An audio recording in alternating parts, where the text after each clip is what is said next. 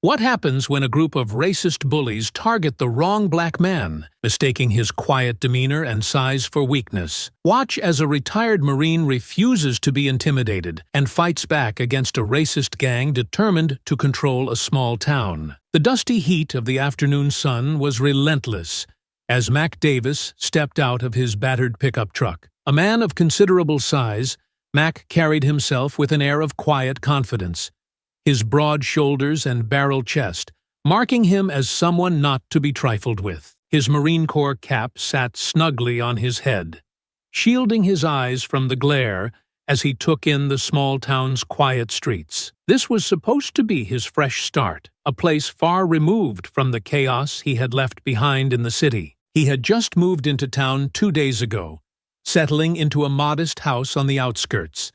His plan was simple: teach fitness at the community center, enjoy the peace, and let life slow down for once. But as Mac walked toward the diner at the edge of town, he couldn't ignore the subtle stares from passers-by. They weren't overtly hostile, but they lingered too long, their curiosity thinly veiling judgment. The diner itself was a relic of the past, with its neon open sign flickering against the backdrop of sun-bleached walls. Inside, it smelled of fried food and coffee, a mix that should have been comforting but felt oddly tense. Max slid into a booth near the window, appreciating the quiet. The waitress, a middle-aged woman with tired eyes, approached cautiously, her smile polite but wary. "Coffee?"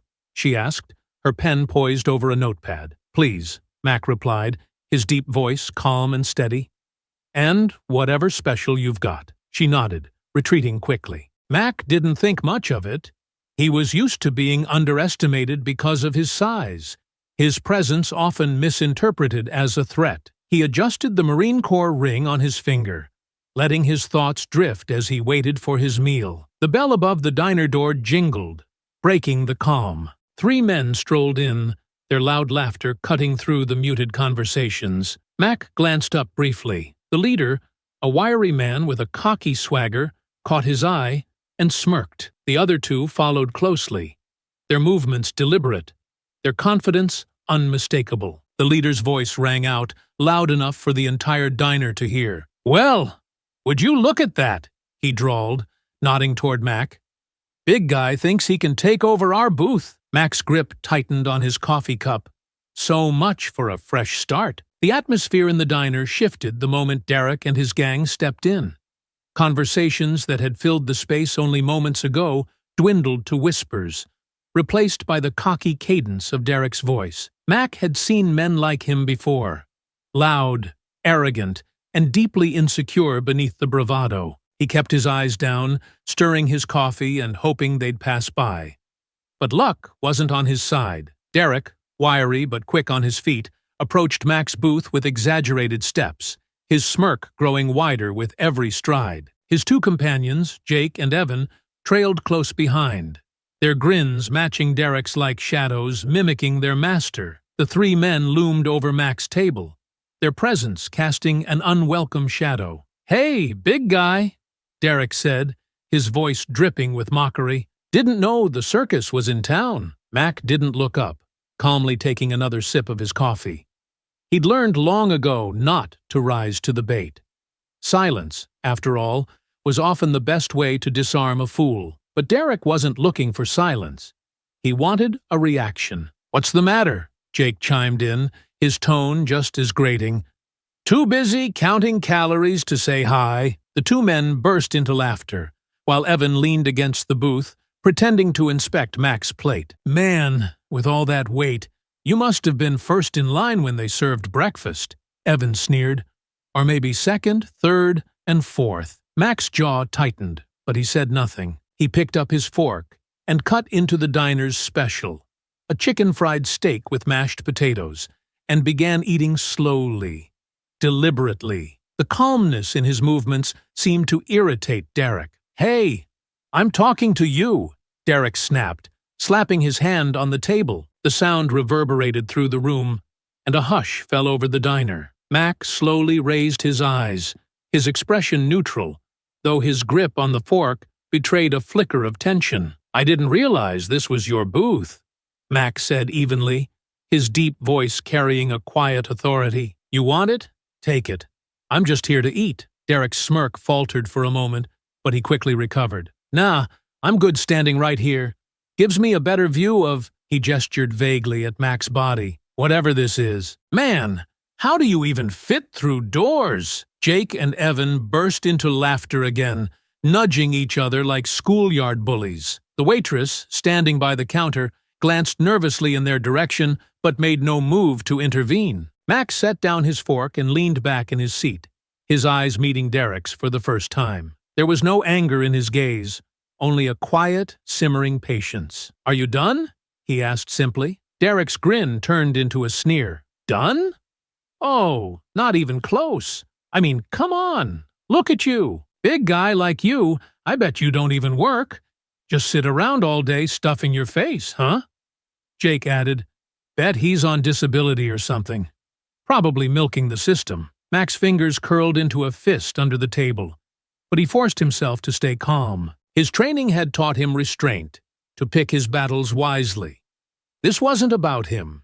It was about the small-mindedness of men who needed to tear others down to feel tall. He wasn't going to let them win by stooping to their level. Why don't you go sit down and enjoy your lunch? Max said evenly, his voice calm but firm. This isn't going to end the way you think it will. Derek laughed, a harsh, grating sound that filled the diner. End?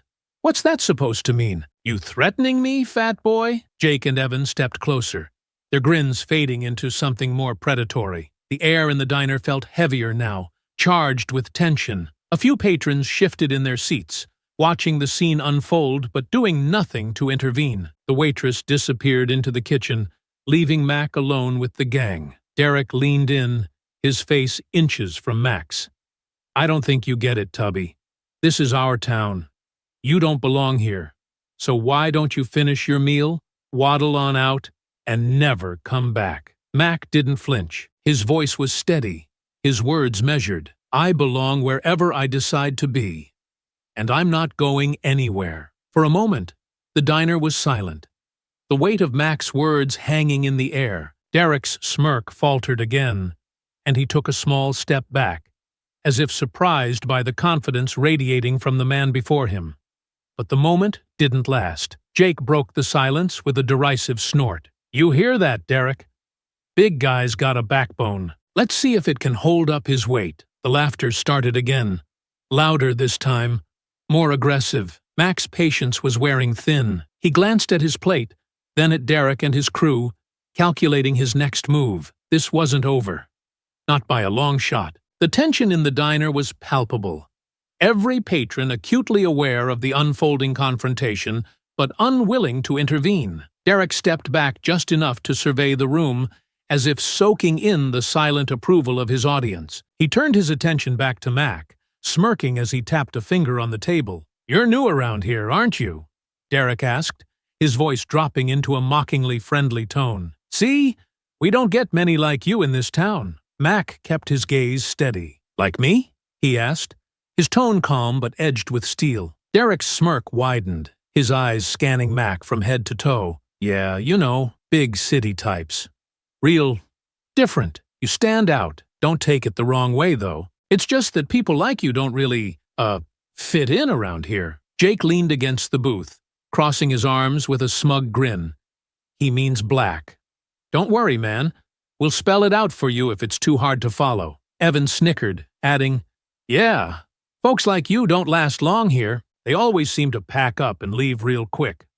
Wonder why that is. The room felt smaller now, the walls closing in as their words hung in the air. Mac's grip on the edge of the table tightened, his knuckles whitening. He knew this wasn't about him personally. It never was. Men like Derek thrived on making others feel unwelcome, on reinforcing the idea that they had ownership over spaces that didn't belong to them. Mac let the silence linger, his calm demeanor unshaken. You're real brave with three of you and a crowd to cheer you on, he said finally, his voice low, but cutting through the room like a blade. Is this what you do for fun? Drive people out because you can't handle the thought of someone different? Derek's grin twisted into something darker. Nah, we just like keeping our town clean. Know what I mean? Can't have people like you lowering property values. Jake laughed loudly at that, slapping Derek on the back. Derek's doing this town a service. Call him a community leader. Evan, emboldened by their laughter, jabbed a finger toward Mac. Bet you don't even work.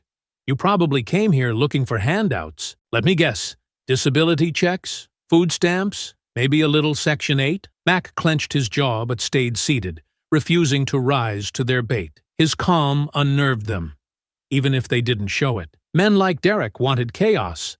They thrived on it. They wanted him to explode, to give them an excuse to escalate.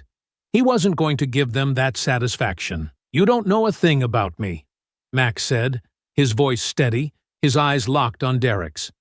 But keep talking. You're telling me plenty about yourself. Derek's smirk faltered for a split second before he regained it, leaning closer again. Oh, we know enough. Guys like you don't belong here. You think you can just show up and… what? Pretend you're one of us? Nah. This is our town, our rules, and people who don't like it? Well, they figure it out real quick. Jake nodded in agreement. Yeah, we make sure of it. Ain't that right, Derek? Damn right, Derek said, straightening up and puffing out his chest. See, when people like you show up, we remind them they're not welcome. Some get the hint after a few days. Others need a little more persuasion. Mac's calm demeanor cracked just enough for a flicker of anger to show in his eyes. He'd faced ignorance and prejudice before, but this was something else. These men weren't just bullies. They were a system. A coordinated effort to keep people of color out of their town through fear and intimidation. What's the plan? Mac asked coolly. You think you're going to intimidate me into leaving? You're wasting your time. Jake chuckled, shaking his head. Man, you don't get it, do you? This isn't a choice. We've been here a long time. You're just passing through.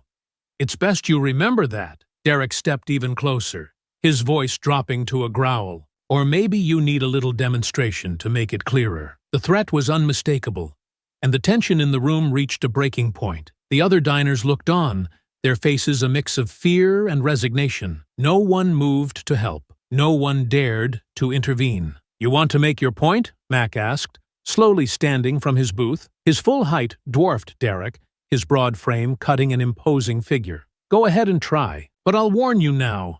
You won't like the outcome. Derek's bravado flickered, but Jake and Evan stepped in to back him up, forming a wall of overconfidence.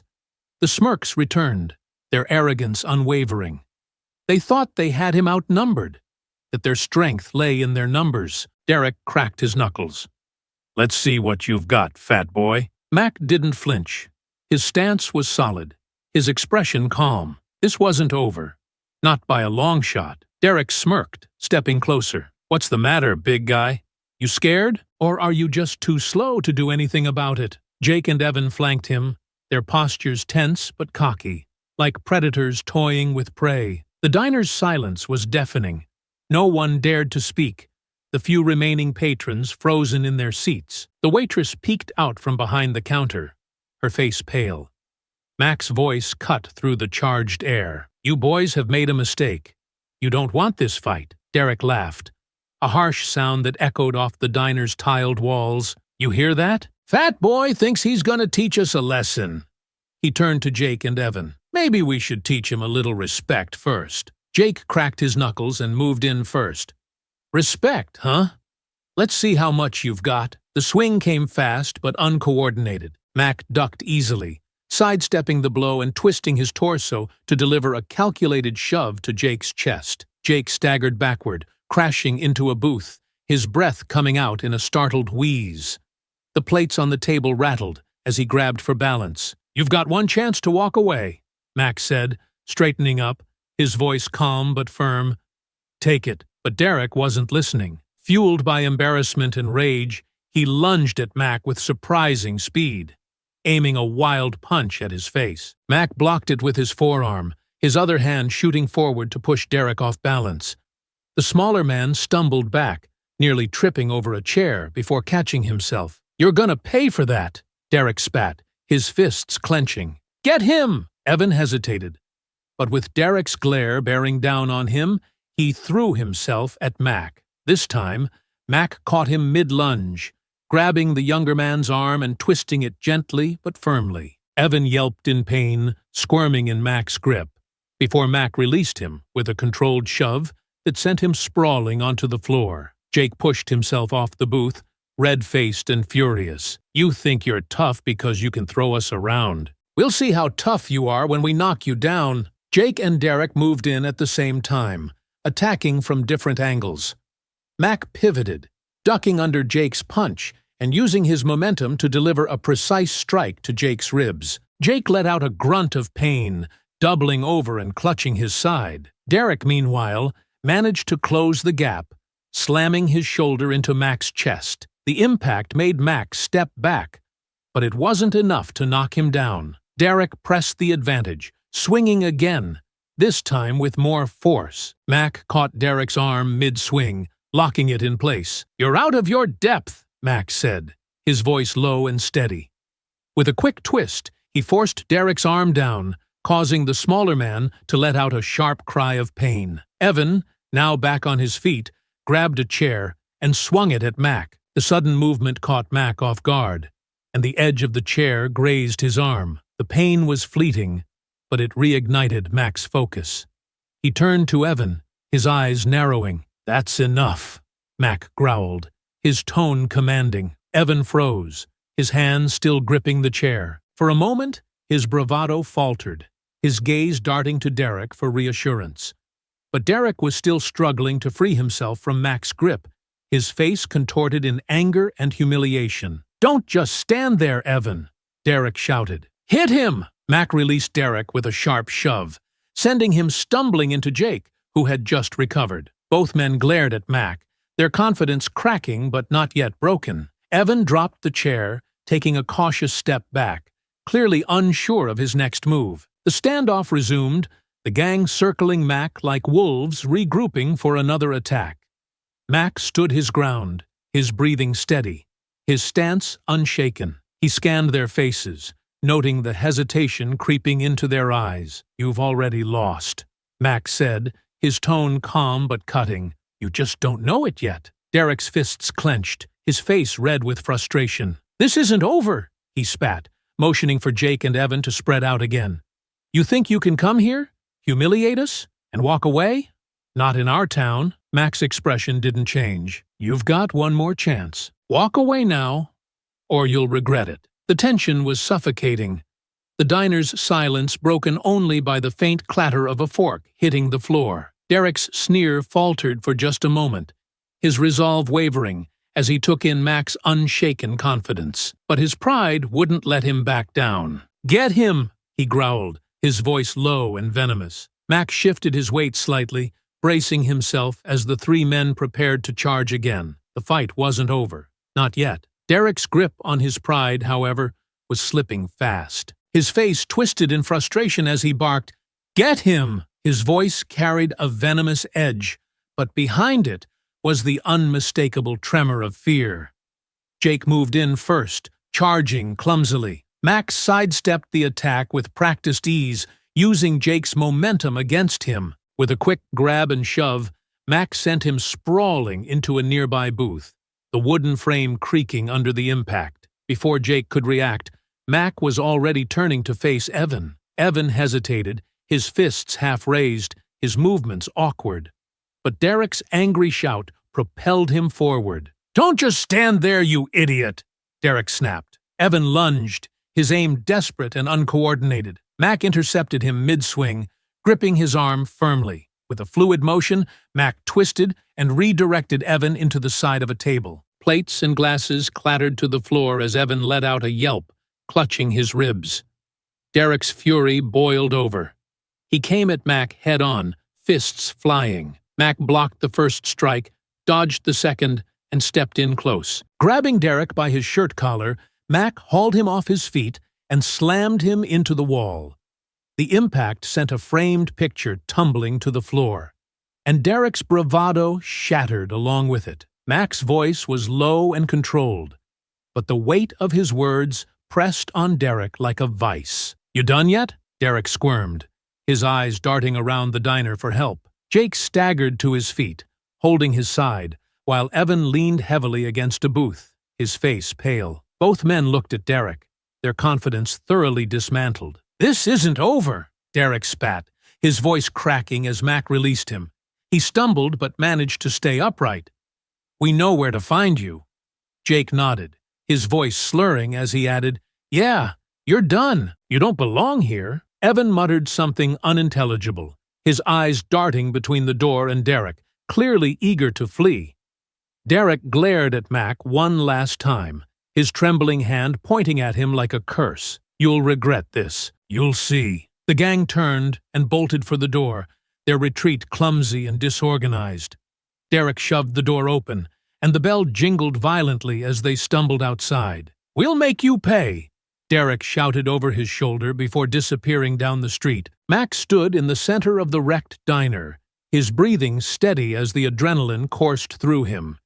He surveyed the damage, overturned chairs, shattered plates, and the stunned faces of the remaining patrons. The waitress peeked out from behind the counter, her face pale but her eyes filled with cautious admiration. "Are you okay?"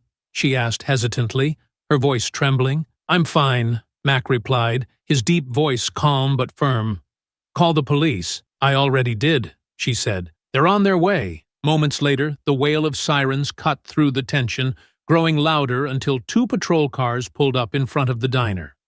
The officers stepped inside, their eyes darting from the wreckage to Mac. One officer, tall and stocky with a buzz cut, approached him cautiously, his hand resting on his holstered weapon. "What happened here?" the officer asked, his tone clipped and professional. Mac crossed his arms over his chest, meeting the officer's gaze steadily. "I defended myself." The waitress stepped forward, her voice hurried. "It wasn't his fault. Those guys, Derek and his friends, they started it. They've been causing trouble around here for years." The officer's expression hardened slightly at the mention of Derek's name, but he didn't relax. "You're new in town, right?" he asked Mac. Mac nodded. "Just moved here." The officer exchanged a glance with his partner, a younger man who looked uncomfortable as he surveyed the scene. "Derek's known to us," the first officer said cautiously. "But you seem to have made quite an impression." Mac's jaw tightened. He could hear the unspoken skepticism in the officer's tone, the subtle implication that the new guy must have done something to provoke the gang. "I didn't start this," Mac said firmly, "but I finished it." The waitress nodded vigorously. "He's telling the truth. Derek and his crew came in, started harassing him, and wouldn't stop. They've done this before. To other people." The officer sighed, running a hand over his buzzed hair. "Yeah, we've heard complaints about them. Hard to get anything to stick, though." Mac narrowed his eyes. "You're telling me they've been doing this for years, and no one stopped them?" The officer shifted uncomfortably. "We do what we can, but people around here don't like to talk. Derek's family has connections." Mac's gaze didn't waver. "Connections or not, they just threatened me." "You planning to do something about that?" The officer hesitated, then gestured toward the damage.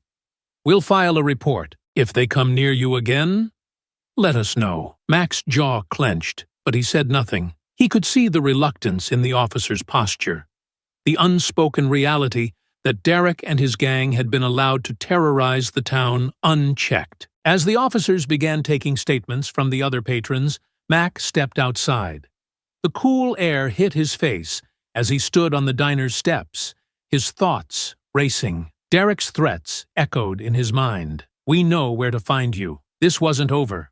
Not by a long shot. Mac adjusted his Marine Corps cap and squared his shoulders. If the town wasn't going to stand up to Derek, then he would. One way or another, this was going to end. The diner was quieter now, but the tension lingered in the air like the aftermath of a storm. Mac walked toward his truck, his every step measured, his mind replaying the threats Derek had spat as he and his gang fled. He didn't doubt for a second that they'd make good on those threats.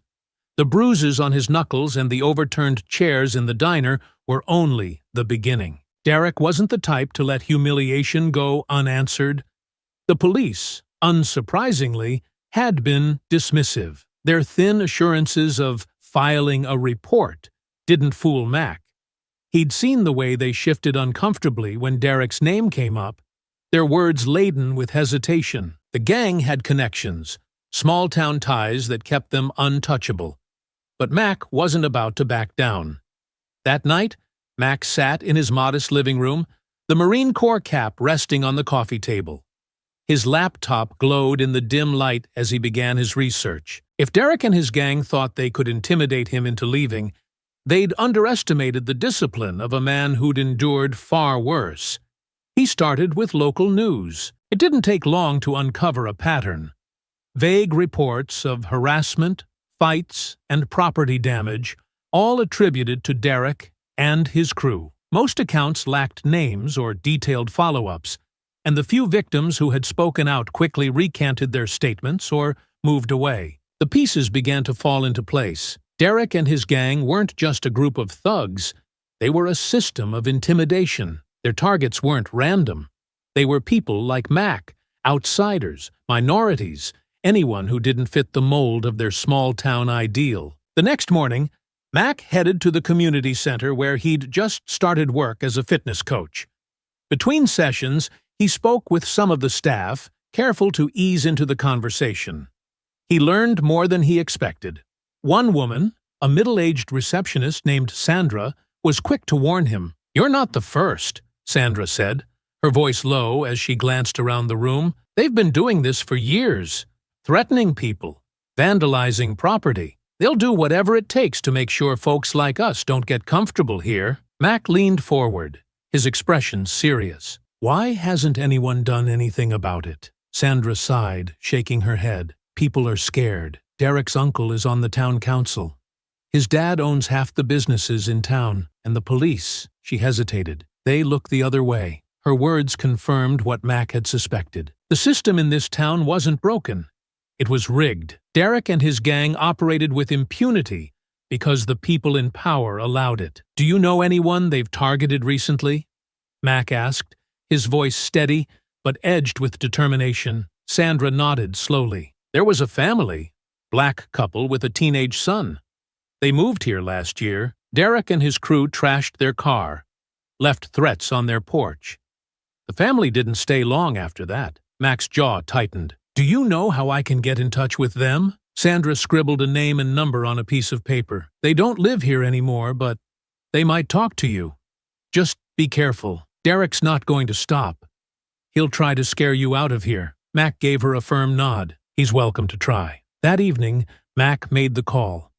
The voice on the other end was cautious at first, but when Mac explained who he was and what had happened at the diner, the man's tone shifted. He introduced himself as David Jackson and told Mac everything. "They targeted us the second we moved in," David said, his voice filled with frustration and lingering fear. "It started with stares, comments at the grocery store. Then it escalated. Slashed tires, graffiti on our garage. The police didn't do a damn thing. Derek's uncle? He was at one of their barbecues the same weekend they trashed our car. Why didn't you press charges?" Mac asked, though he already knew the answer. "They made it clear what would happen if we did," David replied bitterly. "We've got a kid. We couldn't take the risk." The conversation left Mac more determined than ever. Derek and his gang thrived on fear, using it to keep their victims isolated and silent. But Mac wasn't going to be intimidated. He wasn't going to run. He spent the next few days gathering more evidence, speaking to others who had been targeted, and documenting everything meticulously. Each story painted a damning picture of a town that had allowed Derek and his crew to terrorize anyone who didn't fit their narrow definition of belonging. Mac also made a point to keep an eye on his surroundings. Derek and his gang weren't idle. They'd driven by his house twice that week, their loud laughter carrying through the night air. But Mac didn't flinch. If they were going to come for him, he'd be ready. As the days passed, Mac's plan began to take shape. He wasn't just going to defend himself. He was going to dismantle Derek's operation piece by piece, and this time, the town would have no choice but to pay attention. The evening air was crisp as Mac stood in his driveway, The faint glow of the town's streetlights casting long shadows. The past few days had been a whirlwind of whispers, cautious conversations, and pieced together stories. Derek and his gang weren't just bullies. They were predators, and the town had allowed them to thrive. Mac wasn't going to let that continue. He began his plan by focusing on the weakest link, Evan. The young man had been visibly shaken during the diner confrontation, his reluctance to escalate evident even when Derek barked orders. Evan didn't strike Mac as someone who wanted this life, just someone too scared to leave it. The opportunity came the following evening. Mac waited near the auto parts store where Evan worked, his truck parked inconspicuously nearby. When the lights inside dimmed and the lock clicked on the door, Mac approached. Evan froze when he spotted Mac stepping into the light. "What? What do you want?"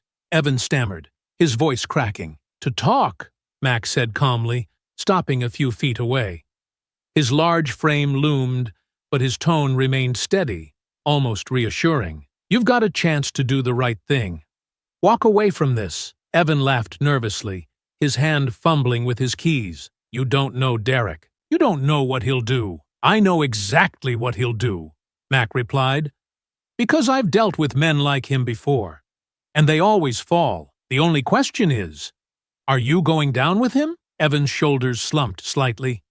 He glanced around the empty lot, then back at Mac. "What do you mean? Tell me everything you know. What he's done, where he operates, who's helping him." Mac's voice was firm, but not aggressive. "You're scared of him, and I get that. But Derek's not going to protect you when this blows up in his face. You don't want to be standing next to him when it happens." Evan hesitated, the silence stretching between them. Finally, he nodded. "Okay," he muttered.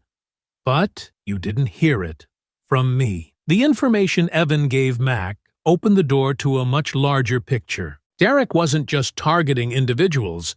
He and his gang had terrorized minority-owned businesses, vandalized properties, and threatened families to force them out of town. Worse, Derek's father, a wealthy local businessman, was quietly funding campaigns and keeping key figures in town on his payroll to shield his son.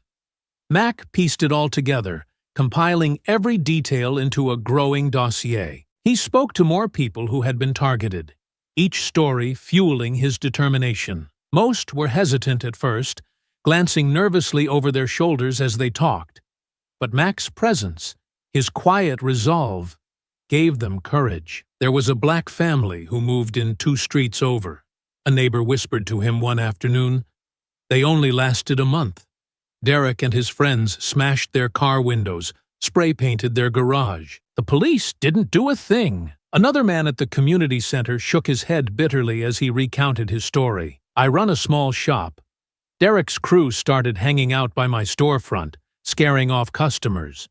I tried to file a complaint, but, well, nothing came of it." Mac documented it all. Each interview, each photo, each detail painted a damning picture of a town held hostage by fear and silence. One evening, Mac attended a town council meeting. He sat quietly in the back, blending into the crowd as the council discussed mundane issues, funding, infrastructure, and upcoming events. But when the floor opened for public comments, Mac stood. "My name is Mac Davis," he began, his deep voice carrying through the room. "I've only been here a short time, but I've seen enough to know this town has a problem." He held up a thick folder of evidence, his gaze sweeping over the council members. "For years, a group of individuals has been terrorizing residents, harassing businesses, vandalizing homes, and driving families out. And it's been allowed to continue because of silence." The room grew uncomfortably quiet. One of the council members, an older man with a stiff posture, shifted in his seat. "This isn't just about a group of bullies," Mac continued. "It's about a system that's protected them. I've spoken to people who've been targeted, people too afraid to come forward. But that fear ends now. I've sent this to the press, and I'll make sure it gets to the right authorities." Mac's gaze landed on a man sitting near the end of the table, Derek's uncle. The man's face was pale, his fingers tapping nervously on the desk. Mac didn't need to say his name. The implication was clear. I'm not here to scare anyone, Mac finished. I'm here to make sure this stops, one way or another. The murmurs in the room grew louder as Mac stepped back, his presence lingering like a storm cloud. He didn't wait for a response. He'd said what needed to be said. The next night, as Mac stepped out of his truck in his driveway, headlights appeared down the street. A familiar car screeched to a halt, and Derek, Jake, and Evan spilled out, their faces twisted with anger. "You think you're smart?" Derek shouted, storming toward Mac. "You think you can ruin us?" Mac stood his ground, his hands loose at his sides. "I don't have to ruin you," he said calmly. "You've done that yourself." Jake cracked his knuckles, his voice shaky but loud. "You're dead, old man. This is our town." Evan lingered behind, his eyes darting nervously. Derek's glare snapped him out of it, and he stepped forward reluctantly. "You made your choice," Max said, his voice low.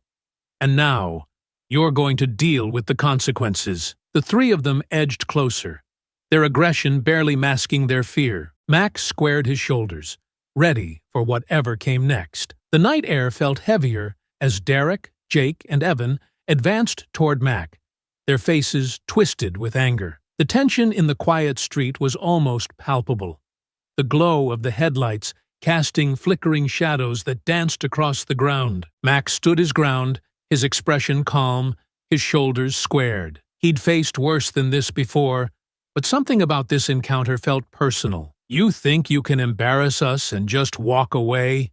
Derek hissed, his voice low but laced with venom. He jabbed a finger at Mac's chest. "This is our town. You're about to learn what that means." Mac's eyes flicked between the three of them. Derek's fury radiated off him like a fever, while Jake's clenched fists betrayed his impatience. But it was Evan who caught Mac's attention. He lingered behind the others, his steps hesitant, his hands fidgeting at his sides. There was fear in his eyes, not the same bravado-fueled rage as Derek and Jake, but a genuine uncertainty about what was about to happen. "You don't have to do this," Max said, addressing Evan directly. His voice was steady, carrying a weight of authority. "Walk away now, and you won't regret it." Evan's lips parted as if to reply, but Derek's glare silenced him. "Don't listen to him," Derek snapped. "He's bluffing. He's nothing." Jake surged forward first, his boots slamming against the pavement as he closed the distance. His punch came wide and fast, aiming straight for Mac's jaw, but Mac was ready. He sidestepped the swing with practiced ease, grabbing Jake's wrist and twisting it sharply. Jake cried out, his body twisting involuntarily, as Mac forced him off balance and sent him tumbling to the ground with a shove. Derek lunged next, aiming low in an attempt to tackle Mac.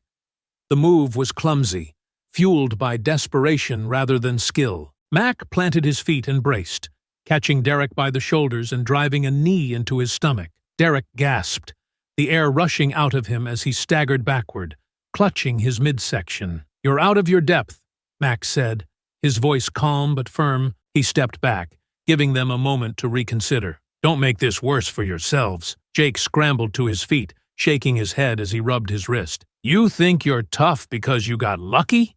he spat. "We'll see how tough you are when we're done with you." Evan took another step back, his eyes darting nervously between Mac and Derek. Maybe we should just leave," he muttered, his voice barely audible. "What did you say?"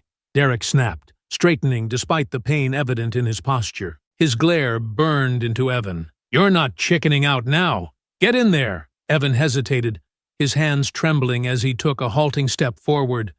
His gaze met Mac's for a brief moment, and Mac saw the doubt etched in his features. "You don't want this," Mac said again, softer this time. "Walk away. It's not too late." "Move!" Derek barked, shoving Evan forward.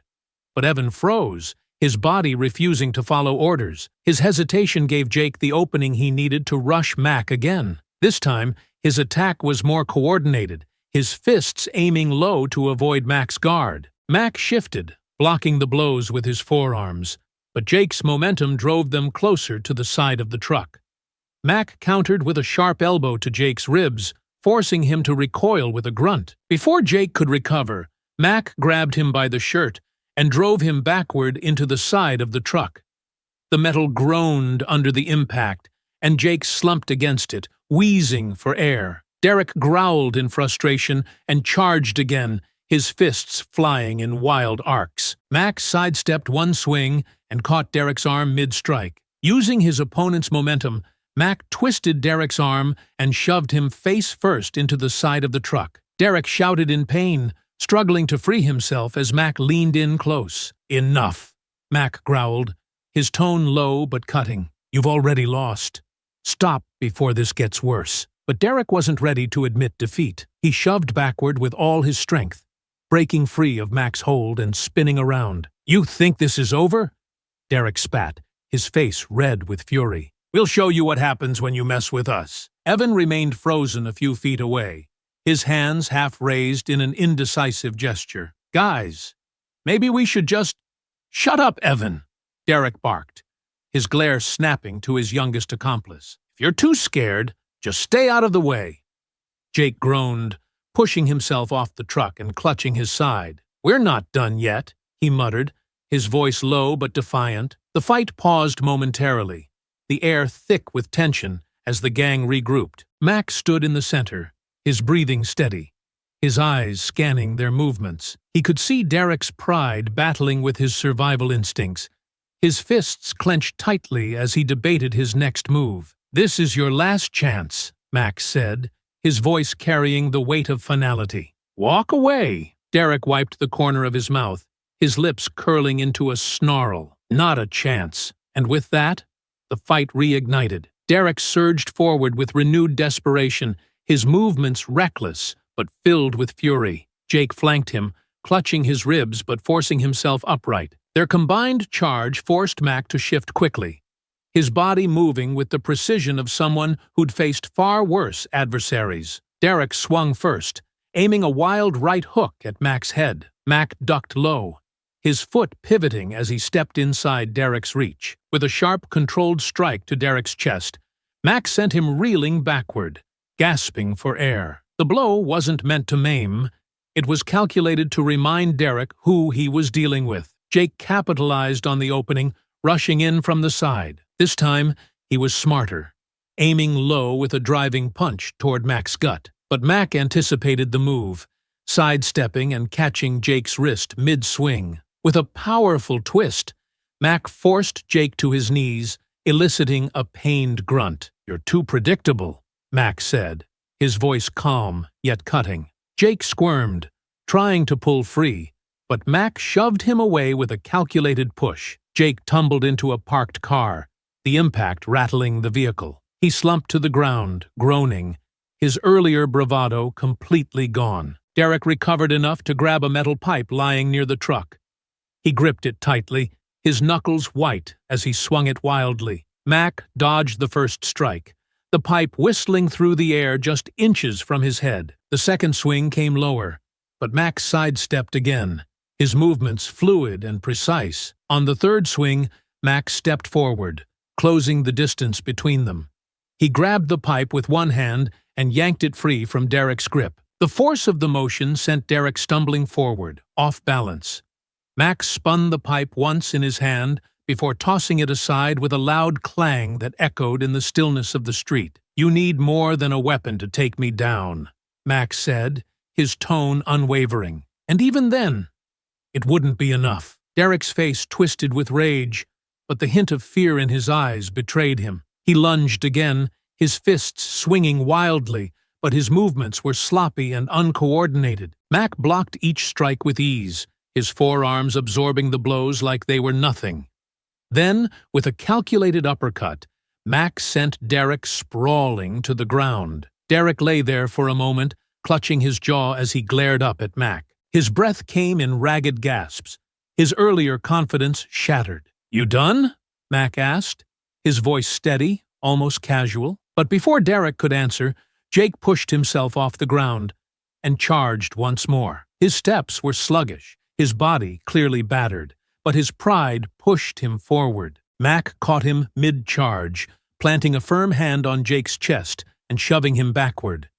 Jake stumbled, tripped over the curb, and landed flat on his back, groaning. Evan stood frozen near the truck, his hands hovering indecisively. His eyes darted between his two fallen companions and Mac, the fear in his expression palpable. "Evan," Mac said, his voice softer now, though it still carried the weight of authority, "you don't have to be a part of this. Walk away." Evan swallowed hard, his trembling hands lowering slightly. I don't want this," he muttered, his voice barely audible. "Then leave," Mac said. "Now." Evan hesitated for only a moment longer before nodding.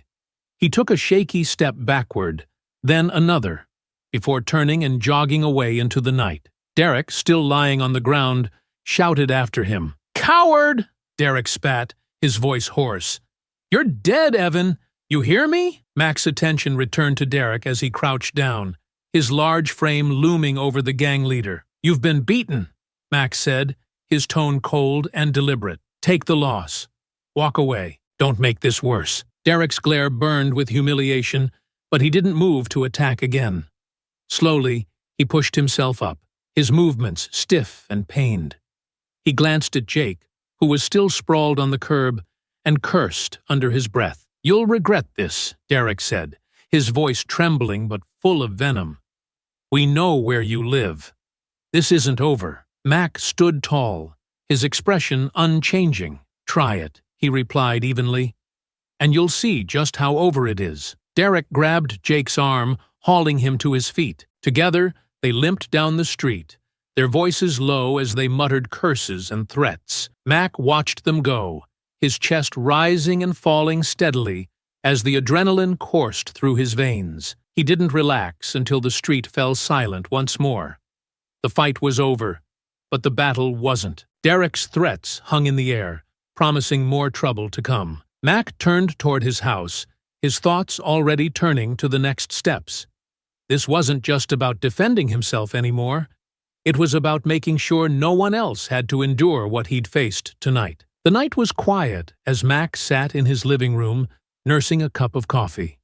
The fight still replayed in his mind. The wild swings, the threats, and, most importantly, Evan's hesitation. The youngest of the trio hadn't truly committed to the confrontation, and his retreat had spoken volumes. Evan was scared.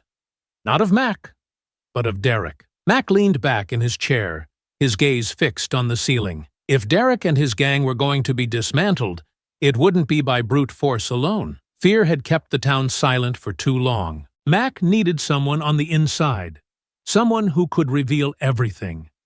And he knew just who that someone was. The next morning, Mac parked his truck near the auto parts store where Evan worked.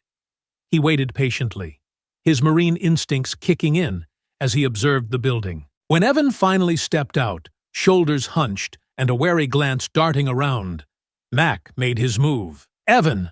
Mac called, his voice calm but firm.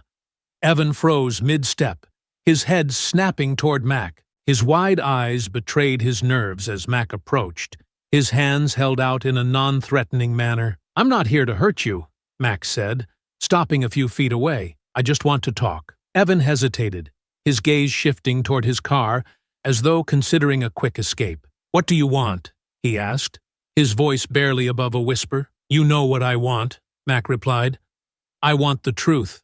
About Derek, about everything he's done, and I think you want to give it." Evan laughed nervously, shaking his head. "You don't get it. Derek will kill me if I talk." Mac's expression didn't waver. "And what happens if you don't? You think he's going to protect you when this falls apart? Or do you think he'll use you as a scapegoat?" Evan flinched, his hands clenching into fists. "You don't know what you're asking.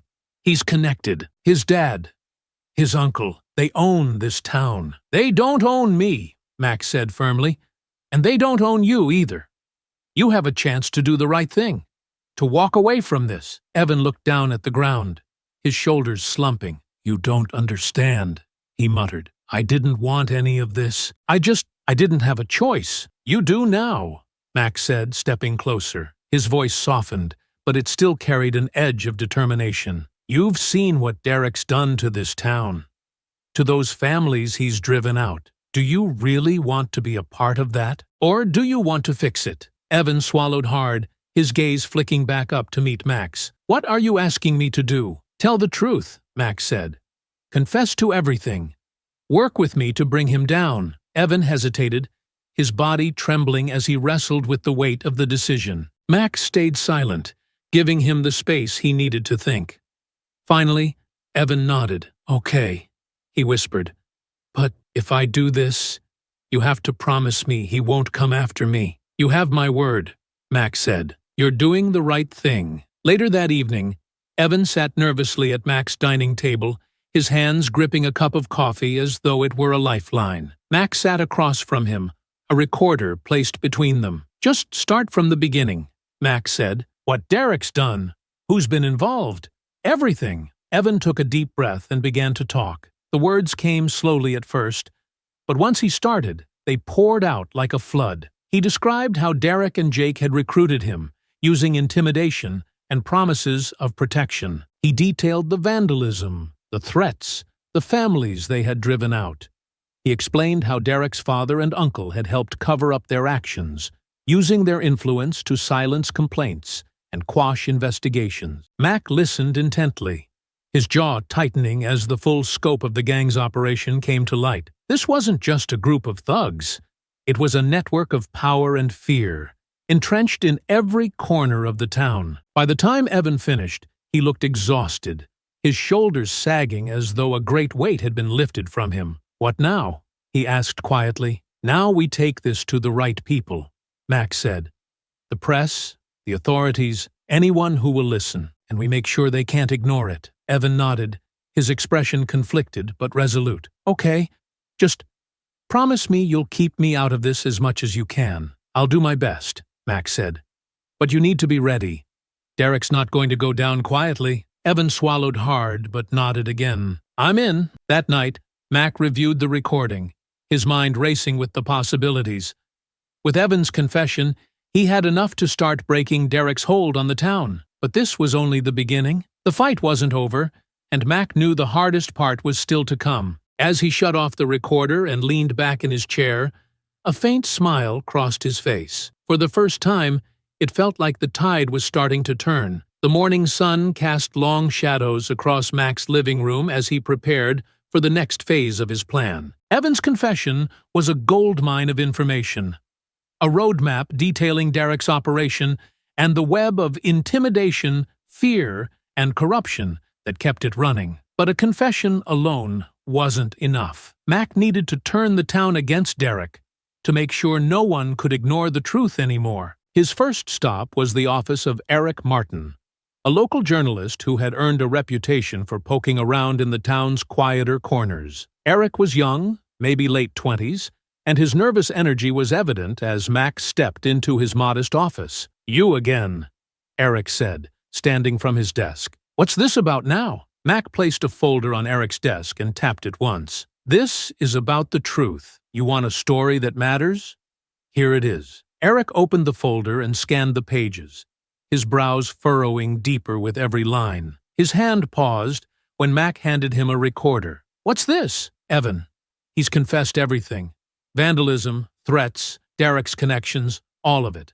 Play it." Eric hesitated, then pressed the play button. Evan's shaky voice filled the room, recounting incident after incident. Mac watched as the journalist's face shifted from cautious curiosity to disbelief, and, finally, anger. "This," Eric stopped the recording and leaned back in his chair. "This is big." "It's more than big," Mac said. "This is your chance to expose what's been happening here. People need to know they're not alone, that Derek and his crew can't keep running this town." Eric nodded slowly, his earlier hesitancy melting away. "I'll need to fact-check some of this, but if it holds up, I'll run it.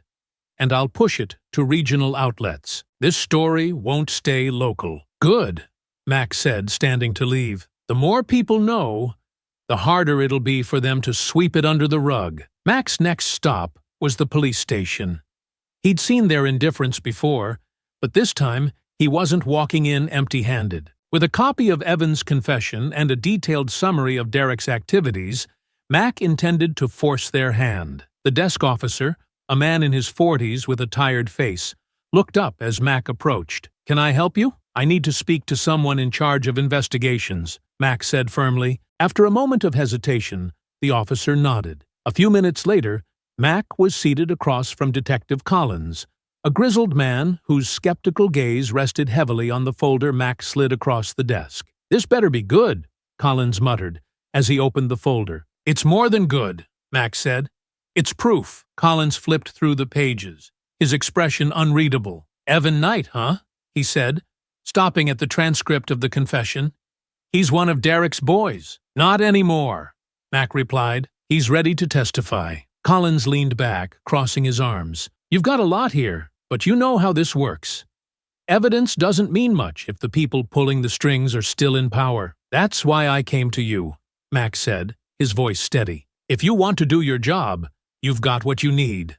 If not, I'll take this to someone who will." Collins's jaw tightened, but after a moment, he nodded. "Leave this with me.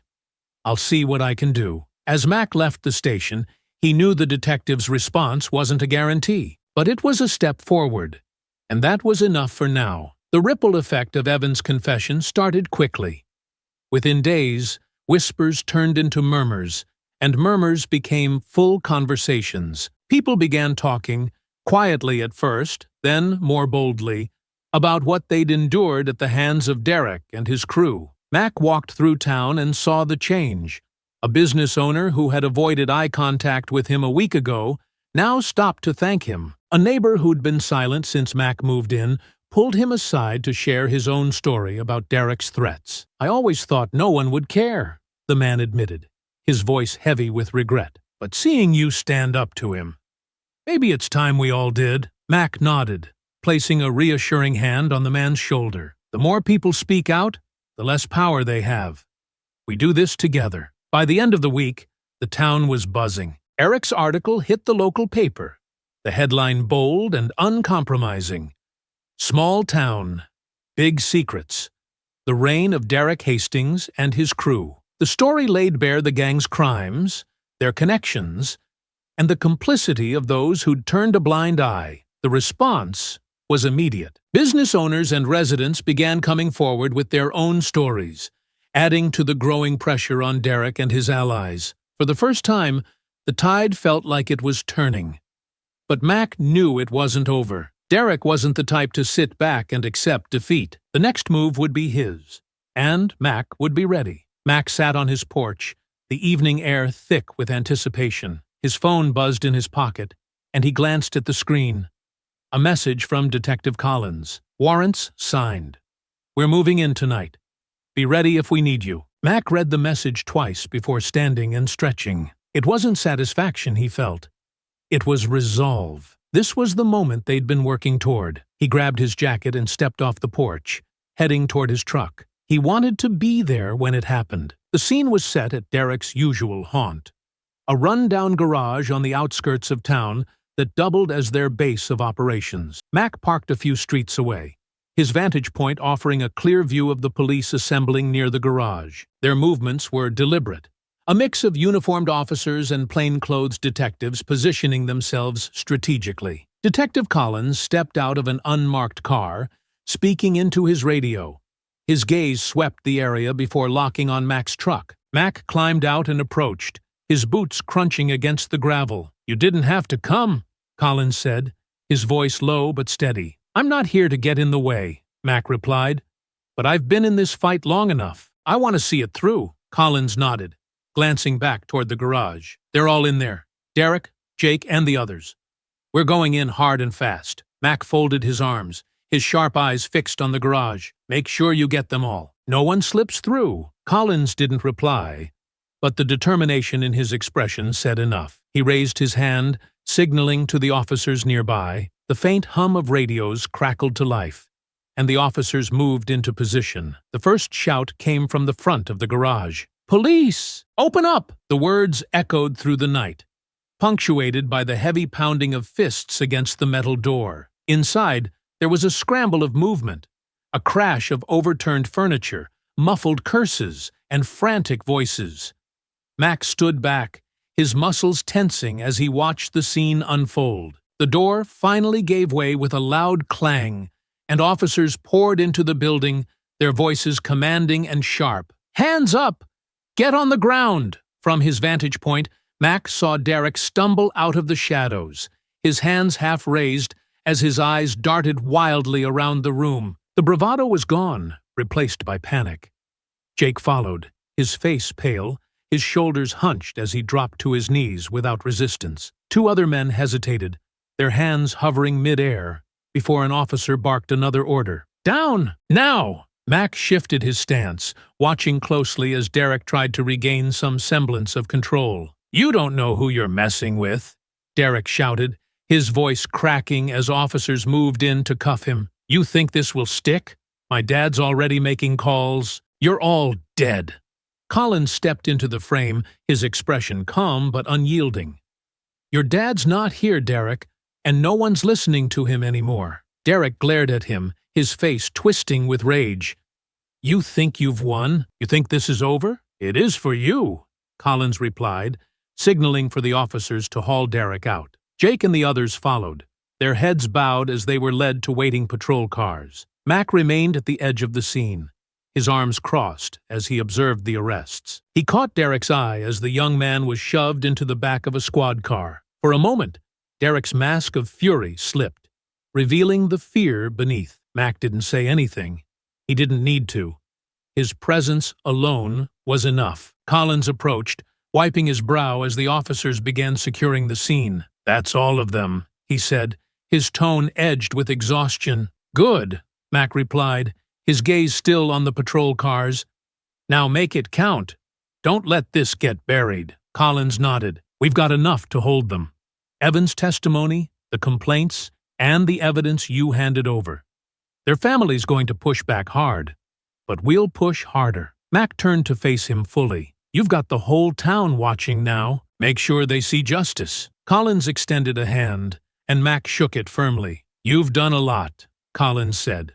"More than most. I just did what needed to be done," Mac replied. As the patrol cars drove away, their flashing lights cutting through the darkness, Mac let out a slow breath. The arrests were a step forward, but the fight wasn't over. Derek's family still held sway in the town, and there would be fallout. But for now, the tide had turned. Mac walked back to his truck, his mind already turning to the next phase. Derek's reign of terror was over, but Mac wouldn't rest until the entire system that enabled him was dismantled. The sun rose over the town the next morning, bathing the streets in golden light. But for many, the day was anything but ordinary. The arrests of Derek and his gang had sent ripples through the community, and the fallout was immediate. Mac stood at the edge of the diner parking lot, watching the morning crowd shuffle in. Conversations buzzed around him, their tones hushed but urgent. "You hear about Derek?"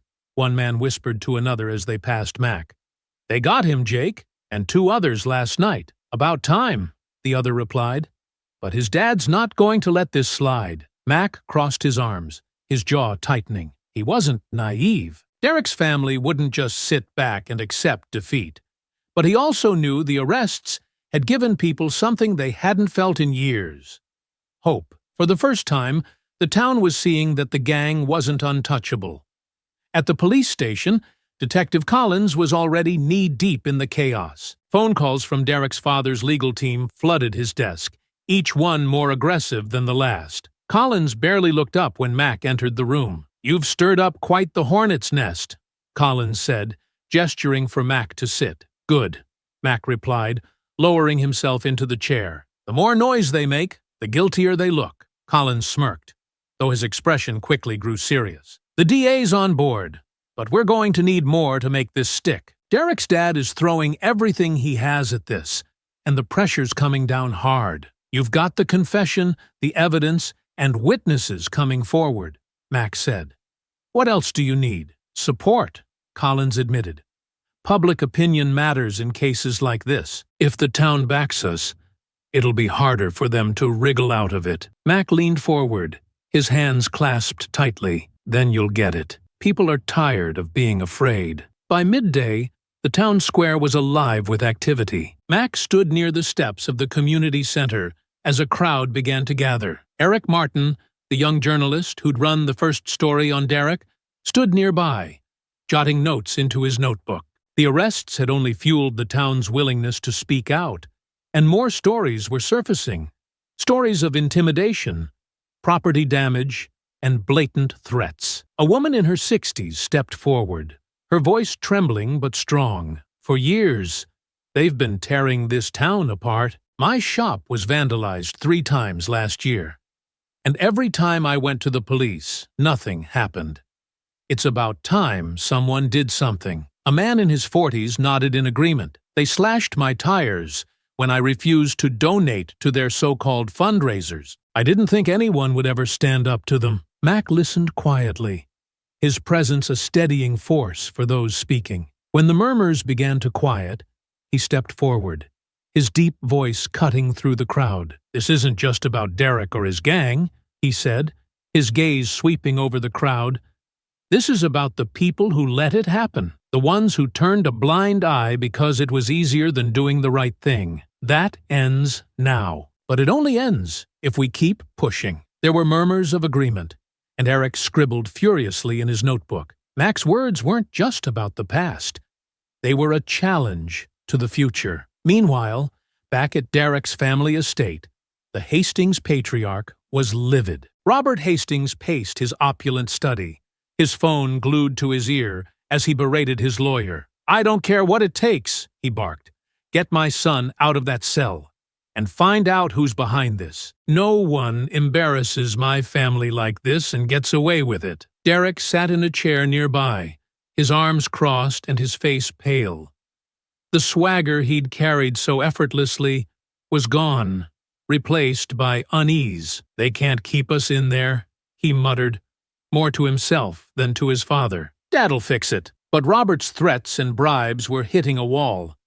The growing public pressure, combined with the mounting evidence, was making it harder for even him to manipulate the situation. And for the first time, Derek was beginning to understand that his father's influence might not be enough. By the time evening fell, the town was buzzing with renewed energy. People were talking openly now, their fear replaced by determination. Mac returned to his porch, watching as neighbors walked past with nods of gratitude or quiet smiles. For years, they'd been silenced by fear. Now, their voices were growing louder. Detective Collins arrived just as the streetlights flickered on. He stepped out of his car, his expression weary but resolute. "Thought you'd want an update," he said, joining Mac on the porch. "What's the word?" Mac asked. "We've got Derek and Jake locked up. The other 2 are being processed," Collins said. "The DA's confident, but we're not out of the woods yet. Derek's father is pushing hard." Mac nodded slowly. "Let him push. He'll only dig the hole deeper." Collins smirked faintly, glancing at the quiet street. "You really lit a fire under this town." "They lit it themselves," Mac replied. "I just gave them a reason." Collins clapped him on the shoulder before heading back to his car. Mac stayed on the porch, his gaze fixed on the horizon. The battle wasn't over, but for the first time, it felt like the town had a fighting chance. And he wasn't going to stop until it was won. The tension in the town grew thicker with each passing day. Derek's arrest had shaken the status quo, but the Hastings family wasn't taking it lying down. Rumors spread like wildfire. Stories of bribes, backroom deals, and veiled threats aimed at shutting down the investigation. Mac knew this wasn't just about Derek anymore. It was about dismantling the power his family wielded over the town. The morning after Collins's update, Mac received a call from Eric Martin, the journalist who had been documenting everything. "You're going to want to see this," Eric said, his voice urgent.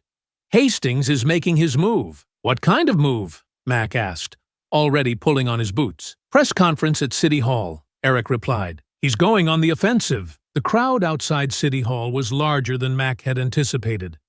Dozens of reporters, residents, and a few council members gathered around a makeshift podium. At the center of it all stood Robert Hastings, his tailored suit and silver hair gleaming under the midday sun. Flanked by a team of lawyers, he radiated confidence, his posture commanding as he approached the microphone. "Ladies and gentlemen," Robert began, his voice calm but heavy with authority. "This past week has been a shameful display of overreach and baseless accusations. My son, Derek, has been wrongfully accused, and I will not stand idly by while his reputation is dragged through the mud. The crowd murmured, a mix of support and skepticism rippling through the onlookers. Mac stood near the back, his arms crossed, his expression unyielding as he listened. Robert continued, his tone sharpening. These so-called charges are part of a smear campaign orchestrated by outsiders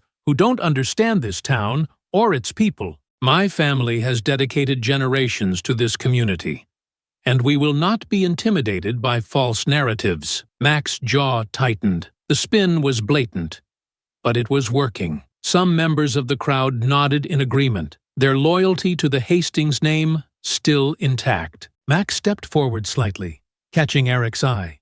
The journalist was furiously scribbling notes, his brow furrowed. "And to those who think they can use fear to undermine us," Robert added, his voice rising, "know this, we will fight back, and we will win." As the press conference ended, Mac moved quickly through the dispersing crowd to where Eric was standing. "They're doubling down," Mac said, his tone low but firm. "They're trying to control the narrative," Eric replied, tucking his notebook into his bag. "But people are starting to question them. Did you see the looks on some of the council members' faces? They're rattled." Mac nodded.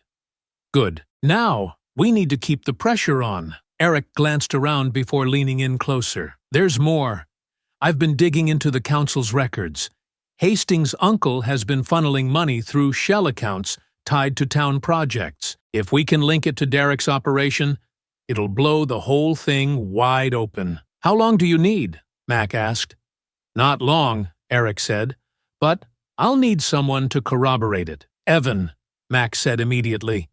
"He's already confessed to everything else. If he knows about the money, he'll talk." That evening, Mac met with Evan at the community center.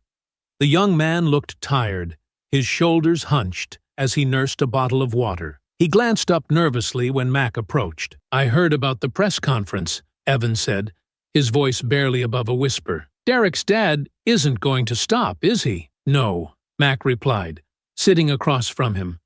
"But neither are we." Evan's eyes flicked to the ground, his hands fidgeting with the bottle. "What do you need from me?" "Eric found something," Mac said. "Money trails linked to town projects. If Derek's dad and uncle are involved, we need you to confirm it." Evan hesitated, his jaw working as he weighed his options. Finally, he nodded. "Okay, I'll do it. But if they find out, they won't," Mac assured him. "And if they try, they'll have to go through me first." The following morning, Mac sat with Detective Collins in his office at the station. Eric's findings and Evan's corroboration had provided the missing piece they needed. Collins looked over the documents spread across his desk, his expression grim. "This changes things," Collins said finally.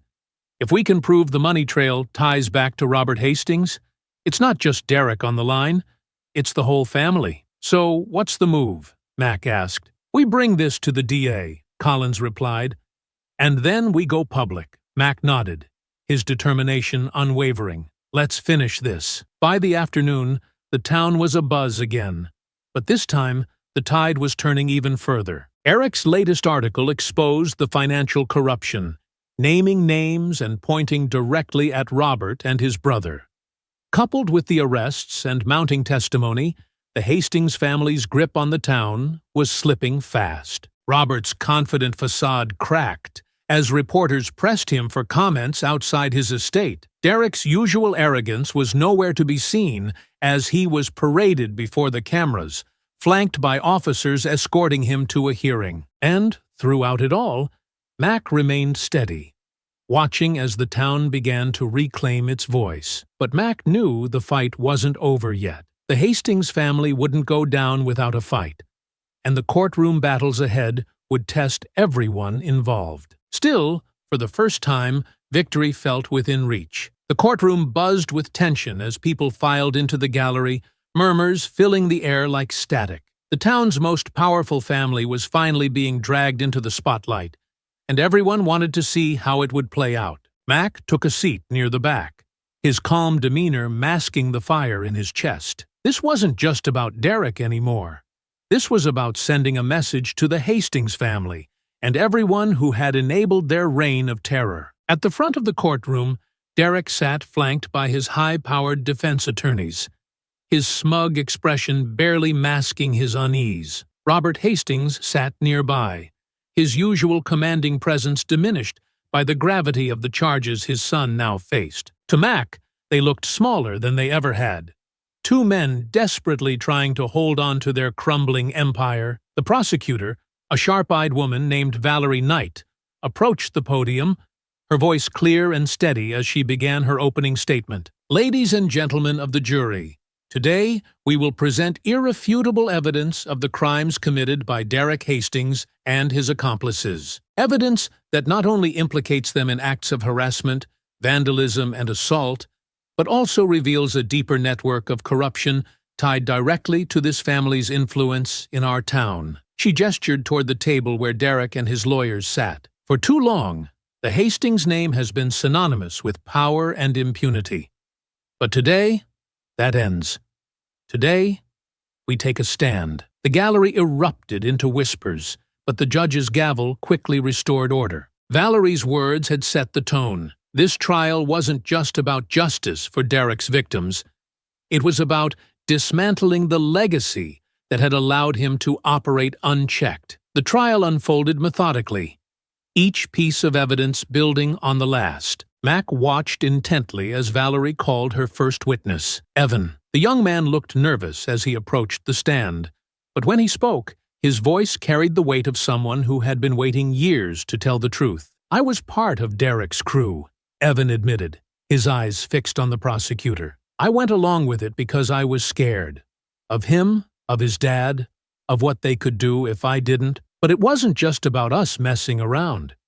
Derek had his father's backing. We did things because we knew no one would stop us." The courtroom fell silent as Evan described the vandalism, the threats, the way they targeted people who didn't belong. His testimony was raw, unflinching, and it painted Derek as more than a bully.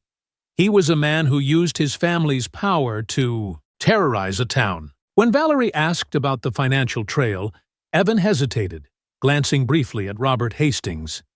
The older man's glare was ice-cold, but Mac's steady gaze from the gallery seemed to ground Evan. "There were payments," Evan continued, his voice stronger now. "Money from fake invoices, donations to projects that never happened. Derek's uncle handled most of it, but everyone knew it was to keep people quiet or make them go away." As the prosecution continued to build its case, Derek's defense scrambled to counter. His lead attorney, a polished man with a silver tongue, tried to paint Derek as a misunderstood youth, claiming the charges were exaggerated and driven by a vendetta against the Hastings family. "This is nothing more than a witch hunt," the defense attorney argued, his voice slick with practiced confidence. "My client is being scapegoated for the mistakes of others, and the prosecution has failed to provide concrete proof tying him to these accusations." But Valerie was ready. She called victim after victim to the stand.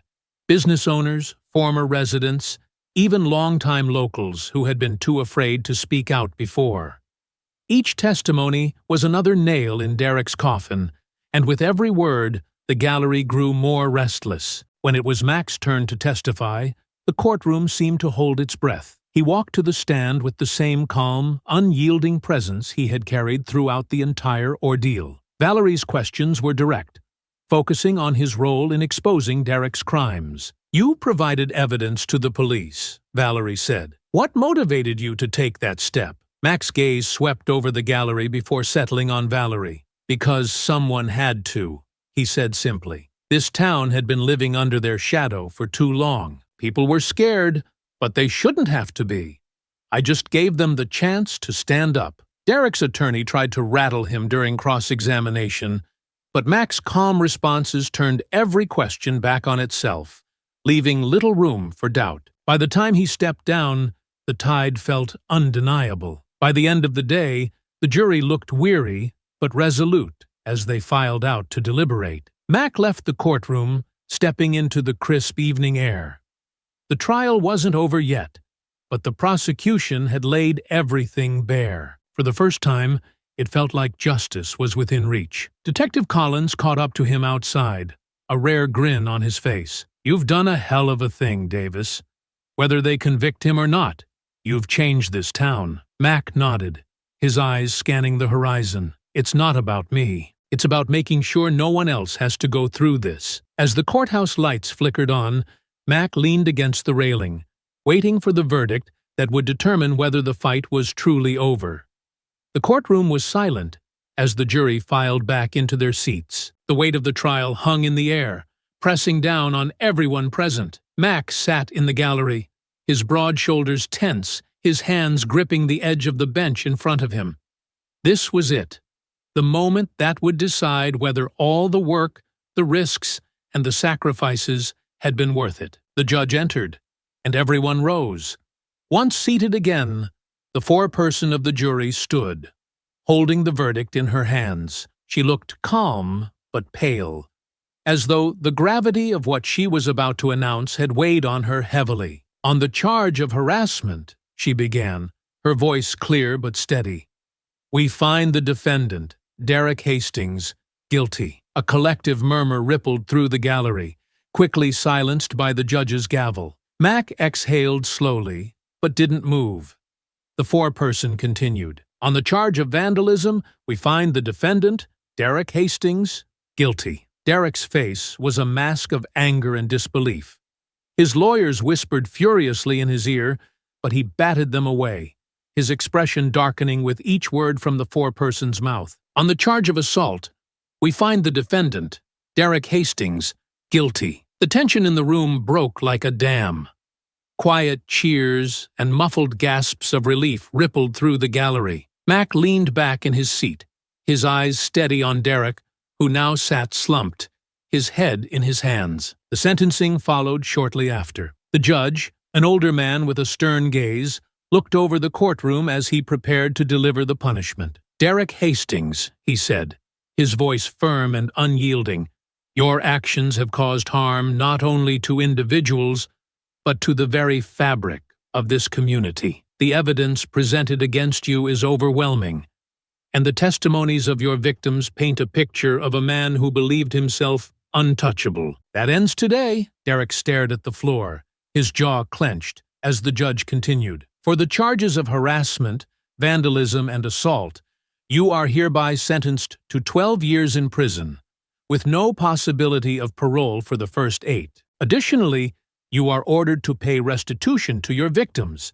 as outlined by the prosecution." A gasp went up from Derek's mother, who sat in the front row. Robert Hastings, seated beside her, looked as though he'd been struck. His face was pale, his lips pressed into a thin line, but his eyes burned with quiet fury. Mac caught his gaze for a brief moment before Robert turned away. Jake and the other accomplices faced lesser charges, but their sentences were harsh enough to ensure they wouldn't return to their old ways anytime soon. Jake received 5 years, while the other 2 got 3 each. As they were led from the courtroom, Mac noticed how much smaller they seemed now, their swagger and confidence drained. But it wasn't just the gang-facing consequences. The prosecution had already begun laying the groundwork for financial investigations into Robert Hastings and his brother. While they hadn't been formally charged yet, their business dealings were now under intense scrutiny, and the weight of public opinion was beginning to shift. Outside the courthouse, the crowd had grown. Reporters jostled for space, their microphones and cameras pointed at anyone who might give them a soundbite. Mac stepped out into the chaos, his presence drawing attention almost immediately. "Mr. Davis," one reporter called out, pushing a microphone toward him. "What do you have to say about the verdict?" Mac paused, his expression calm but resolute. "Justice was served today," he said simply. "But this isn't just about one man or one trial. It's about making sure no one else has to live in fear in this town. And we're not done yet." The reporters peppered him with more questions, but Mac pushed through the crowd, his focus on the people who mattered most. A group of business owners and residents who had come to support the trial stood near the courthouse steps, their faces a mix of relief and determination. "You did it," Sandra said, stepping forward. Her smile was small but genuine. "You gave this town a chance to fight back." "We all did," Mac replied. "This was never about just me." As the crowd began to disperse, Mac felt a hand on his shoulder. He turned to see Detective Collins, his usual gruff demeanor softened by the faintest hint of a smile. "Not bad, Davis," Collins said. "Not bad at all." "It's not over," Mac replied, his tone even. "The Hastings family still has a lot to answer for." Collins nodded. "True. But today was a start. You should take a minute to enjoy it." Mac gave a small nod, though he knew there was still work to be done. The Hastings family's influence might be weakened, but it wasn't gone. Still, for the first time, the town had hope. And that was enough. That night, Mac sat on his porch, the stars overhead shining brighter than they had in weeks. The fight wasn't over, but the battle had been won. For the first time, the town felt like a place worth fighting for. And as long as there was work to be done, Mac knew he'd be there to see it through. The days following the trial were quieter than Mac expected. The town had changed, though not entirely. It was more like a wound that had started to heal. Derek and his crew were behind bars, and the Hastings family's influence was under a spotlight it couldn't avoid. People moved differently now. There was still caution, but there was also something else: hope. Mac stood in the community center's small gym, resetting a bench after finishing his routine. Across the room, Sandra and a few others chatted near the bulletin board, their voices lighter than he'd ever heard them. Notices for town meetings, small business fairs, and even a celebration of resilience event peppered the board.